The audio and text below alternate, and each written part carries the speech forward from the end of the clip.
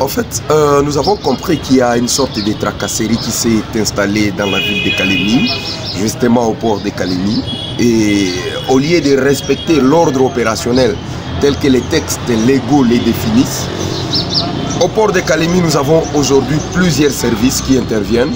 Et ce, avec une attitude de tracasser les paisibles citoyens qui font différentes opérations au port de Kalemi.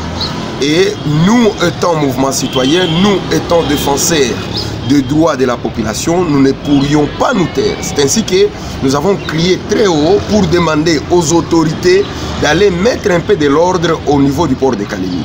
Aujourd'hui, au port de Kalemi, il y a une perception d'argent qui s'est fait au nom de ce qu'ils sont en train d'appeler le frais d'assistance. Et ce sont les bureaux comme l'ANER, ce sont les bureaux comme les bureaux comme des MIAP qui apparaissent dans des choses comme ça. Et pourtant, des bureaux, des agents de sécurité comme ça, même s'ils sont en secret, ils ne devaient pas apparaître. Et ça, c'est une situation qui, en tout cas, qui ne plaît pas à la population et que nous, qui nous sommes la porte-parole de cette population, le défenseur de leurs droits, devions hausser les tons et dénoncer cela. Non, en fait, les désordres se fait constater par rapport au texte. Parce qu'il n'est pas dit que parce qu'on est agent de l'État, on doit se retrouver partout. On risque de retrouver alors tout le monde en train d'opérer au port. Au port, c'est connu que les services qui doivent apparaître sont les suivants. Il y a la DGM, parce qu'il s'agit de la frontière. Il y a les commerces extérieurs, parce qu'on doit gérer les importations et exportations. Il y a la DGDA, parce qu'il faut gérer le guichet unique des perceptions des taxes au niveau du port. Et il y a aussi l'hygiène aux frontières, parce qu'on doit contrôler la santé des mouvements et des gens qui font les mouvements.